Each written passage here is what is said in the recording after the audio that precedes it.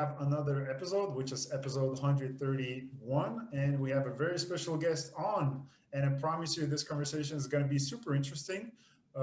So his name is Steve Trang. So a little bit of background: he's the founder of the Real Estate Disruptions movement, and you can find more information, of course, on disruptors.com. The podcast has over 10,000 followers, with the new members of the community sharing their success story every week. Steve also has a sales training program and trains some of the top wholesalers in the country. He also created an OfferFast Homes app, the only MLS for off-market wholesale properties. So Steve's legacy will be to create over 100 millionaires. One of his favorite quotes is from the great Zig Ziglar: "You can have everything in life that you want if you will just help enough others, people, to get what they want." That's a great quote. He heard this quote when he first got into real estate, and it has stuck with him throughout his entire career. In fact, it's essentially one of the core values Steve lives by. So since starting the brokerage in 2013, Stunning Homes Realty has over 120 agents in the greater Phoenix area. His company has almost 1% market share. So, I mean, as I told you, there's going to be a lot of different great things to cover today on the show. So, Steve, I appreciate you joining me today. Oh, thank you for having me. Man, my tongue got twisted, and I'm just running all over the place. It's a big bio, and I got winded, but I mean, it's a lot of great things that you accomplished throughout, your personal career so far. So, you tell me, where do we start? Because there's a lot. So, who was the first? Was it the podcast, the real estate business? Can you just go us through your personal journey? Yeah, I would say the first thing was becoming a realtor. And so, like a lot of real estate investors, I read Rich Dad, Poor Dad. And so I wanted to become a real estate investor, and trying to become a real estate investor, I kind of got lost and became a realtor for many, many years. And eventually was able to going from being a realtor to being a business owner that happens to sell real estate, to eventually owning a brokerage, to eventually flipping houses unintentionally, to starting a podcast and growing our reach to, like we said, over 10,000 followers. So I don't know where you want to start, but there's been lots of different things along the way. Yeah, from a selfish point, I would love to talk about podcast. Because I think it's something important, not even for me to kind of, the tips and the tricks and the strategies that I can learn from yourself on having a successful podcast. But I think for the people in general, because branding and marketing yourself is very important in this day and age. So maybe you can talk about the podcast. Yeah, sure. So the podcast, I started the podcast in May of 2018, so a little over 2 years ago. And one of the things that, a lot of people talk about wanting to start a podcast, something I'm going to do someday. And you just have to do it. I was at an event, and one of the guys was saying, you need to start a blog, write a book, or start a podcast. Like, you need to do one of those three things. Now, I already written a book that did nothing, and I already had a blog that also did nothing. But what the hell, let's start a podcast. So from the moment that I decided to start the podcast until my first episode was recorded was 10 days. And I say that only for people that are listening to realize, like, you don't need to overthink it. You just have to start. Another Zig Ziglar quote is, you don't have to be great to start, but you have to start to be great. So Steve, Steve, what you're saying, that my podcast name that I have to think about for a week doesn't matter? You don't. So the event was on a Saturday. I announced the following Wednesday on Facebook, hey guys, I'm starting a podcast. Tune in next Wednesday. I didn't have a name. I didn't have a website. I didn't have a logo. I actually made the logo 2 days before the first episode. Came up with the name of the podcast over the weekend. And it has to be something. And worst case, you can always change it. You can always rebrand it. And so you don't need everything to be perfect to get started. And the only thing that I say you can't mess around with is the quality of the audio. And so I had a friend who already had his podcast studio. No, I'm talking about like when you're recording in the where there's an echo chamber. If there's an echo chamber, or if it's just like it's really hard to hear, like that will destroy it. I don't think there's anything wrong with using an iPhone headset or whatever. I don't think there's anything wrong with that. It's the guys that everything sounds kind of muffled, or it's just really hard to hear because there's just the room, right? And so I would say to anyone that wants to get started, I just went to my buddy because he already had a podcast studio, and I said, hey, can I just use your studio? How much would it cost? And initially he was charging me $100 an episode. Eventually he charged me $200 an episode. But the way I looked at it was for me to go and buy all the right equipment and then hire a producer. Like, I didn't want to do all that. And so the other thing too is, I said, just get out there and get going. I've never edited. I take that back. I've edited one episode ever, and it was only just to trim it. But that's it. It was a little long. But that's it. You just have to go and get started and just put it out there. And that's really all that matters.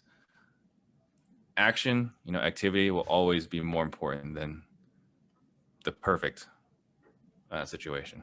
Got it. So that's the advice for the people who want to start a podcast. What about the people who already have a podcast and they want to go to the heights that you're going right now? I mean, having 10,000 and plus people on the network. I mean, how do you grow that? Consistency. Absolutely is all consistency. It's since May, right? May of 2018, I've recorded every Wednesday at 2 p.m. with the only exceptions being 4th of July, Thanksgiving, and Christmas. That's it. Every Wednesday, 2:00 is time blocked, and there's nothing else that can get in the way. And how do you consistency. How do you go about the recording a podcast? Because personally myself, I can share, with you and the audience, like I do, a lot of podcast episodes in one day. So like, what strategy do you use? Do you do like 5 episodes in one day and you can take a break for a week, or you kind of do it every single day? We do it every single Wednesday. So we do ours with guests. We do it with guests. We do it live on Facebook and YouTube as well. So for us to do that, we need to, obviously arrange with the guests and so on. But that's part of the way to get the consistency. But you can use the softwares. I mean, it's going to be like faking it and telling people it's going to be live, but you probably know, like there is big players in the game too, like yourself, but there's Grant Cardone, if you're familiar with that name, people told, like, man, I'm watching the show and it's live on YouTube or somewhere. And it's like, man, I've seen the show before because it's been pre-recorded. It's an old show. And now they're just putting it live because there are softwares for them to be able to do those type of things. Yeah, you can do that, but part of us being live is that we're actually answering their questions. So when people post their questions on Facebook or YouTube, we're actually answering them live as well. That's nice. So it'd be hard to fake that. Yeah, hard to fake it.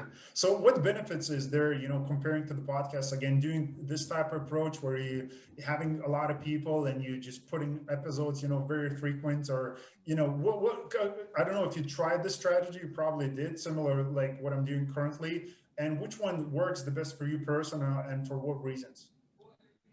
You mean doing it live versus pre-recorded? Yeah. So we've never done a pre-recorded episode. We've done live from day one. Wow. So why have you chosen this particular strategy? Because I'm lazy. That's a good answer. I don't want to go edit. Like, I just had this right now. If I do it pre-recorded, now I have to improve the quality. I need to go back and make the edits. But if they know it's a live show, they're very forgiving of the quality. But there's still content after you're putting out live. I mean, somebody takes it, chops it up, the intro, outro, and make sure that everything is there. But we don't have any of that. You don't have. So everything is just kind of raw. There's zero post editing. Everything is just raw. Good. I like it. Yeah. Good. And I think part of it has to do with my personality. I'm the kind of person that doesn't, I hate the long intros. I don't care to listen to the host talk about themselves. So the way I've delivered this is how I would want to receive it. Yeah. And like I said, if you listen to the shows, I maybe talk 20% of the time, kind of like you right now, right? You're not doing very much talking, you're listening, and you're pushing the conversation forward. And I've listened to shows where I can't stand it, where I wish the host would shut the hell up. And so for that reason, my show, I don't talk very much. And because I can't stand the long intros, I don't have a long intro on mine. I designed it for how I would want to consume it. That's very good. I love the approach that you're using. And I think, again, so be ready for my intro, for a 10-second intro. Let me know in the comments if it's too long or too short, if you want to hear more of it or less of it. But that's a great approach. So I like that. Because again, that's kind of your personal approach, what you feel like audience, and that's probably one of the reasons why you grew to 10,000 plus, podcast listeners, because they kind of relate with you on the same level. They don't want to hear the intros and people talking, and they want to hear the guest. Yeah, I think, a lot of people like to overthink it, or they want to do this or that because they saw it somewhere else. But at the end of the day, most of the people who are watching the show gravitate towards you. And so there's nothing wrong with making the show catered to how you would want to consume it. Got it.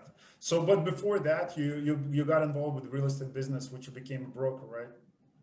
Yeah. So I got licensed back in 2007.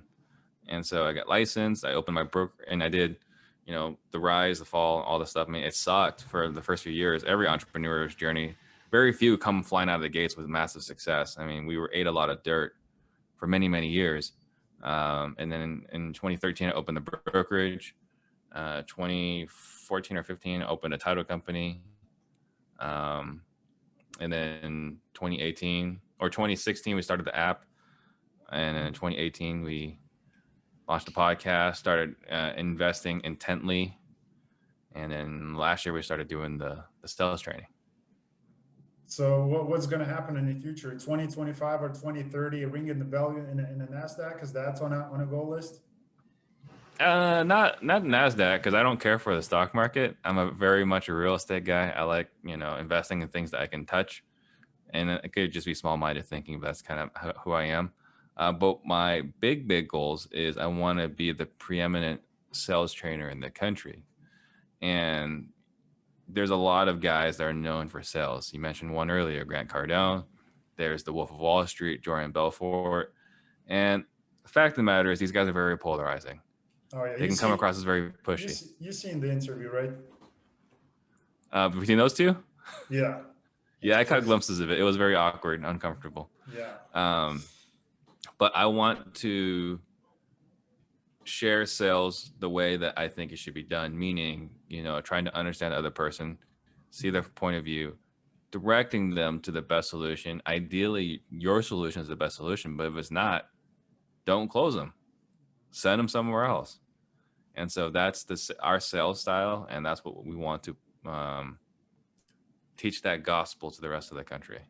Got it. So coming back to the Jordan Belfort and Grant Cardone interview, is it the sales or the marketing?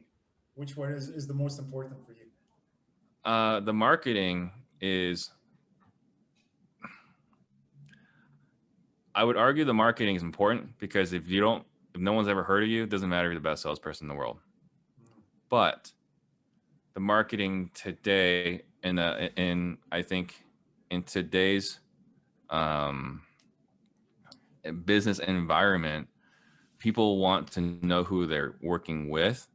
And I think the sales component is very important, because they want to work with the individual. They don't want to work with the brand. They don't want to work, for example, a Remax or a Keller Williams. They want to work with the agent that works for Remax or a Keller Williams.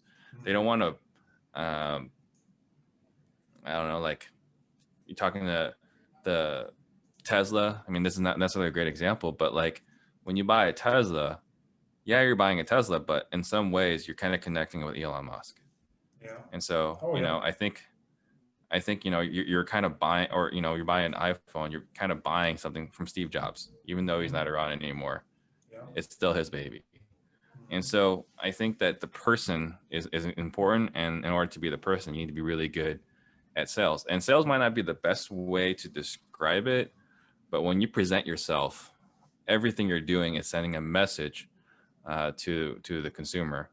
And Exactly. that message you present when you're face to face is sales. Yeah, exactly. Because I love the way you put out, because it's actually both. The right answer, I think it's Yeah. both, because you need the brands, but you need the right message, and you need to have the right kind of personality and know how to sell. Because at the end of the day, Mm-hmm. if you're going to be building the brand, that means you're going to be on a podcast, on YouTube, on Instagram ads, whatever approach you're going to be taking. People need to kind of like you, in those, like Yep. in that 1 minute, Mm-hmm. whatever you're going to say, and that's the message, and then the sales approach. It's very important. So can you talk about the Absolutely. strategies and the tips and the tricks? Like how do you come about and teach the people how to become better salespeople? Well, I think one of the things that happens a lot is a lot of people kind of run into the situation where you talk to somebody and you try to sell them something, and a very common response objection that a lot of people get is, well, I need to think about it. Mhm. That what happens is we didn't really do a good job of establishing the rules of engagement. We didn't say, hey, Martinez, at the end of our appointment together, one of two things is going to happen. Either we're going to work together or we're not going to work together. And, honestly, either way is totally fine. So, if you say, if for whatever reason you're just uncomfortable with our price, or you just don't believe this is a good fit, not convinced, can you just go ahead and tell me it's going to be a no? And if you say anything besides a yes, I'm going to take that as a no. Is that okay? And they're like, yeah, I guess so. And I say, yeah. And likewise, if it does make sense for us to work together, I'm going to ask that we go ahead and put everything we talked about today in writing.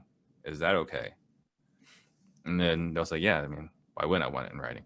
And so now we've said at the end of today, it's going to be a yes or a no. And there's no like chasing the prospect for the next few weeks afterwards. And so we actually, I know everyone talks really hard about follow-up. Our philosophy is very, very little follow-up, because it's Interesting. going to be a yes or a no. And you told us today it's going to be a no. Hmm. We've ruled it out as a no. So you get a lot more no's with our selling So framework, so but you you also get believe a lot more yeses. so you believe that the sale, because like Grant Cardone philosophy, and a lot of sales trainers out there saying like the sale happens, in the, like, let's say fifth follow-up or the sixth follow-up, which like people get to the second or third and they give up. They don't follow up. They Mm-hmm. don't continue to do that. But you're saying it happens in the first conversation. I would say it happens in the first appointment. So the touches, if someone goes to your website and they fill out the information and they put their phone number in there, yeah, you got to do follow-up to get the appointment. Mm-hmm.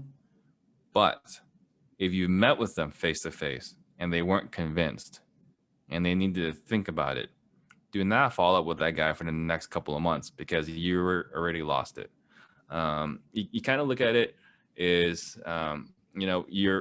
let's pretend it's winter, you're in San Diego and you're on the beach. Okay. And you got this great bonfire going and it's really nice and warm, right? When you're right by the bonfire, it feels good. And then you need to go and relieve yourself, and you leave the bonfire.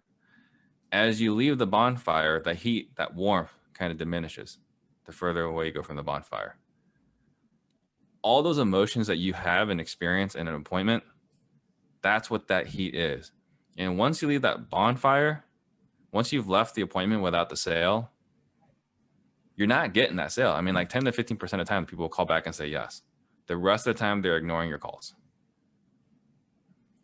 So that's our philosophy when it comes to follow up after the appointment. So thank you for helping me clarify that. Yeah, that's awesome. So okay, so that's an interesting approach. So okay, so talking about getting people to the fire, I mean, how do you Mm-hmm. go about with your personal marketing message? And again, because I know you're a big believer in a podcast, so is that Mm-hmm. kind of the single platform that you're using and honing people attention on, or are you using some different strategies and Oh some yeah, different there's a platforms? whole bunch of different ways. So a lot of our marketing in the past, historically, it's been Google pay per click, and it's still today we're using Google pay per click. Not nearly as effective as it once was, but it still works as direct response marketing. We're starting to do some TV marketing. Um, Because it still works. uh, yeah, it still works. So we do a lot of cold calling. We do some of the obnoxious, texting, but it works. You get these random text messages about CBD oil or student loan debt or your car warranty. And it's aggravating as hell. But you know why you're getting it? Because it works. Yeah. Someone out there is buying it. Yeah, again, yeah, that's exactly what it is because and I love the fact because again you're diversified in your kind of marketing approach because what's happening during these times, if you're still watching this episode, is during the COVID, the lockdown. So again, there's a lot going on like in the States. I'm not from States, but like it's pretty much the same or maybe even worse what's happening in Ireland. I mean, there's COVID and there's mass hysteria and like uncertainty and now the elections and a lot of noise on you know on media. So you have to pierce through all these different noises, you know, like with your marketing message. So it's quite tough, you know. It is. It is. Yeah. You just gotta diversify, like you mentioned. Exactly. So who's your best client when it comes to, you know, sales training? Because you mentioned is it wholesalers, top wholesaler, is that who you teach or there's other people like brokers and investors? I would say our top right now is investors because the long and short of it is they make more money per transaction and they can do more transactions with the same amount of resources. I always say second behind that is anyone else in real estate that's talking to someone, you know, about listing or buying, you know, because it's still important to have that relationship and having that connection. As a matter of fact, I think one of the problems we see sometimes is that because realtors are more connected type people, you know, they're more wanting to be your friend. It's just generally, you know, that's kind of the communication style or relationship style of a realtor is like, hey, let's be buddies and let's go grab drinks or, you know, mimosas, whatever. But investor is kind of like transactional, right? It's just, there's not really a lot of relationship building, long-term relationship building. And because of that, investors have no qualms asking very uncomfortable questions. Questions like, well, you know, how long have you been dealing with this foreclosure? What have you tried to do about it? Has that worked? Does anyone else know about it? Does your wife complain about this? These are very complicated, difficult questions. Realtors don't want to ask those questions because they want to be your friend. Yeah. And so these are questions that I think are absolutely important, especially if you really want to help somebody. So, you know, we teach it to the realtors in our office, but I don't think a lot of other brokerages are teaching that to their realtors. Yeah, I think so as well. Yeah, so, and I'm pretty sure, by the way, it sounds like you mentioned, Steve, you mentioning, you know, about realtors buying mimosas, you know, he met a lot of those realtors and he knows it's all about the relationship. Yeah, so, I mean, I love the fact that you created the OfferFast Homes app. I mean, so how did that came in your personal mind? I mean, like, how did that happen for you personally? Why did you create it? Well, I wish I could take credit for it, but my cousin's a flipper. And so when I started in real estate in 2007, I quit my job, a very nice paying, very, you know, cushy job at Intel in 2007. And then he quit not too long after at his company. And so I went the realtor route. He went the flipping route. And a few years ago, he was like, why don't we create an app? Because right now, when a wholesaler investor gets a property, they'll usually email it to their database and maybe text it to their database. And the fact of the matter is emails are not what they once were. You know, back in AOL, it was exciting. They made a movie. You've got mail, right? Today, emails are mostly junk. And so no one really monitors it. And by the time you get to it, it's too late. And so we created the app so that you could send your properties to other flippers. And the benefit there is you get a push notification. So within the app, you can get a push notification when there's a property that fits your exact buying criteria. You can negotiate, you can message, you can say, hey, is this home still available? And it's all push notifications versus an email notification or a text notification. Got it. And it's not available on Android, right? It is available on Android. Is it? Okay. I need to go and find it because I'm just looking for it. Okay, good. Where are you you're in Ireland? Yeah. So maybe it might not be in your store. Yeah, I need to change my VPN. Okay, good. Okay, so let's talk about the legacy, which I love the fact that you, I mean, 100 million millionaires. That sounds, Hmm.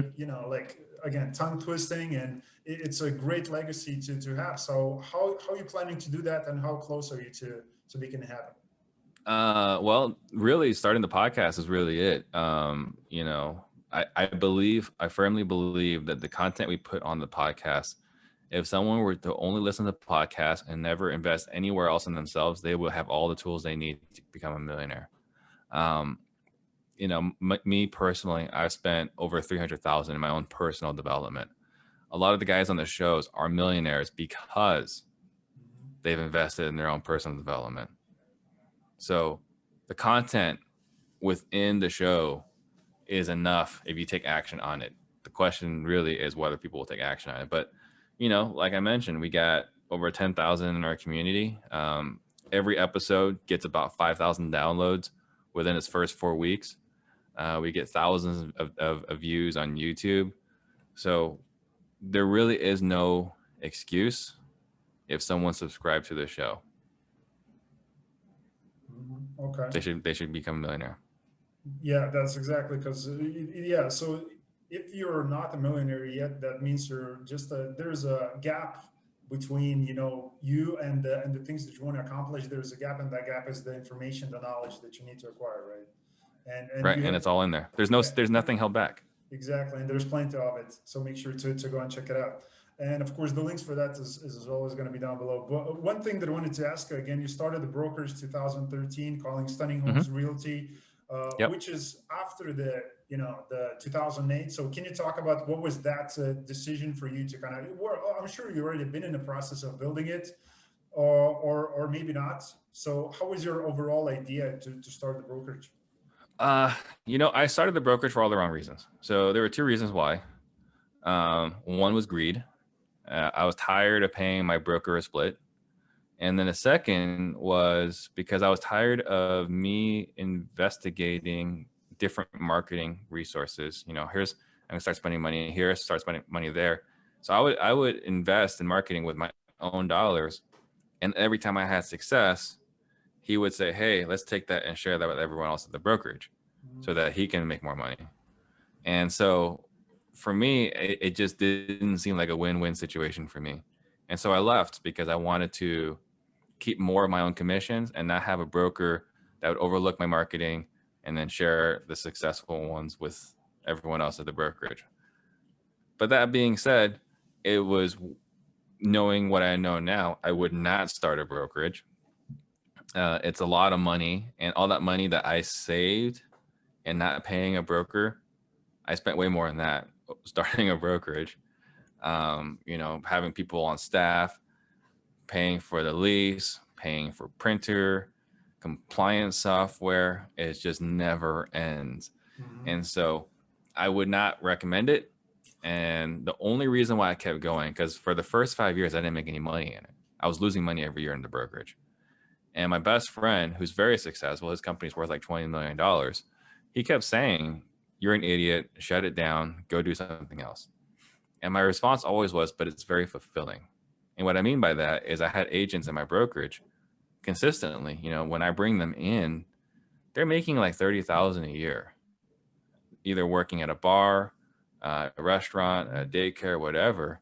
And I helped them go from 30,000 a year to 300,000 a year. And to be able to help that many people with their business to help them grow, it was very fulfilling. Even though it was costing me money, I was fulfilled. It was filling my spiritual, cup. But thank goodness now it does make money. And all the experience I gained in training all the other agents has been very relevant now that I'm the sales trainer for all the other people throughout the country. And so the great irony is that when I was younger, I wanted to be a teacher, and then I saw how much teachers make, and I basically said, "To hell with that. That's not happening." And now I'm a highly paid teacher. I love it. I love the fact that you said. I love the honesty. First of all, the greed got me into it. That's Yeah. awesome. That's what it is. It's like, look, but at the same time, you're helping all these people, and again, you have right now you have 120, agents that are working for Mhm. you, and some of them, as I said, like I don't know how many of those are full-time, part-time, and maybe we can go into the numbers, but like going from 30 to over 120, per year. Again, as you're saying, implementing your own sales strategies, which, as you said, a lot of agencies out there don't do. Which Mhm. is come back to the thing. I think there's a quote that says, why should I keep an employee and don't trade them? Mhm. So something like that. Basically, why should I keep an employee and don't trade them? Or just train them and don't be scared that he's or she's going to leave, because Yeah, that that's person. it's Jim Rohn. It's Yeah, what happens if you train them and they leave? yeah. And his answer was, what happens if we don't train them and they stay? And they stay, exactly. So that's Yeah. the, yeah, I love that you corrected it for me, but that's exactly the truth, and that's exactly what you're doing. So I mean, it's beautiful. So can you talk about 120 agents, when it comes to the hiring process? What type of people do you looking for? Like when you sit down with a person and you look at it, can you see a certain traits that that person is going to become a great agent? What is your hiring process? So we don't recruit anymore. So once we hit 100, we actively stopped recruiting. We just didn't want to get any bigger. Um, but the traits that we see, I really narrowed down to two. And this may not be the most appropriate way to say it, but we're looking for someone that's cocky and humble at the same time. Meaning, they think they're great. They think that there's greatness within them, and they're going to conquer. They're going to dominate. But they also know that they don't know everything and that they need help. So there's someone that wants to achieve greatness, who sees themselves with high self-esteem, but recognizes that their cup's not full, that there's stuff to learn, there's something that they need to be better at. And those two traits are what we found to be really helpful for recruiting and having good people. And you could say someone that's cocky is not a good quality in general, but the fact of the matter is we're all salespeople at the end of the day, and you can't have a non-confident salesperson. It's just not going to work. Mm-hmm. So true. Yeah. So I love the fact that, like for some people who are listening or watching this thinking, my God, it sounds like an inner conflict, being Mm-hmm. cocky and still humble and, willing to learn. And no, I mean, it's reality that, those people do exist, and Yeah. you're worth looking for those type of people. Yep. So, Exactly. It's very few, yeah. but if we find them, we want them. That's it. And you got them. You got them. Mm-hmm. So talking about the Stunning Homes Realty again, and the OfferFast Homes app, which of course I have to find on my phone after we finish recording this. Like, where do you want to take your business again during these times? Let's say maybe, I don't know how far do you look when it comes to the projections, but let's say, this and upcoming year, like where do you want to be? Well, I mean, I'm really focused right now on being the #1 sales trainer in the country. We got our book coming out next month. So with that book coming out, I'm going to push really hard to get it out there. Between the podcast and our social media, we have the reach. We have the reach, we have the know-how, and we've got the best players on the planet. So a lot of what I do, because it might sound crazy to have all these different successful businesses running in parallel, but the truth of the matter is I'm not heavily involved in any of them. You take Tim Ferriss's book, The 4-Hour Work Week, and that's pretty much what I have for all my different businesses. I've got someone that runs the brokerage. I got someone that runs the investment side. I got someone that runs the title company. Like, everyone kind of runs everything. And so I've got a world-class video guy. I've got a very solid marketing guy. So, and with all this information, I am spending money to train them up even further. So I found the talent, and now I'm giving them all the tools. With that being said, there should be nothing to stop us from hitting our goals. Here you go. So I'm sure it's going to happen. And Yeah. like the one question that I wanted to ask is, how do you know? And like, is it an internal kind of decision that you have, or is it something on a paper? Like when it comes to, like handing off tasks to other people and leveraging their time. How do I know what? How do Are you, they the right guy, or that they're doing their job? Yeah, like for probably all these questions, but first question, like, how do you know if it's the right time to do that? I'm always a big fan of hiring as quickly as possible. I wasn't always that way, you know. For a while, I did everything, but the problem you're going to have if you try to do everything is you can't. No one becomes an entrepreneur because they want to work 80 hours a week, right? Like entrepreneurs are the only ones that are crazy enough to quit a 40-hour-a-week job to work 80 hours a week for themselves, right? But at the same time, that's not why they quit. They quit their job or they started the business usually for more time freedom and financial freedom. Mm-hmm. And if your goal is for more time freedom and financial freedom, then you can't be the one that's doing everything. You can't. You have to leverage other people. And the only way you can leverage other people is you need to become a great leader. You need to be personally developed. And then eventually you need to find the right people. And that's a whole nother thing, is finding the right people. Mm-hmm. Yeah. Again, and you have the strategies for those type of, for those type of things also, which of course, for all the free information, for the resources, you should follow him on IG. That's steve.trang, and YouTube, Real Estate Disruptors, and make sure to go to the website for that sales training at disruptors.com. But I mean, there's so much more that I know that I left on the table. So hopefully I can get you back for another episode, so we can maybe go more in depth, because I think the audience would really enjoy this episode. Well, at least I definitely enjoyed it. So Steve, I really appreciate you today for being on the show. It's my pleasure. And I could talk shop all day. I love it. And I can see that for sure. Listen, guys and girls, before we're going to leave, one thing that I wanted to ask you: if you shared this episode with a friend of yours who wants to learn sales or how to invest in real estate, I mean, there's going to be a lot of great pieces, strategies, tips, techniques, a lot of motivation too on how to start your own personal business, how to become a great salesperson. So make sure to pass this episode along. Again, Steve, thank you for being on this episode. And as always, I'll see you next time. Thanks for watching. Thank you.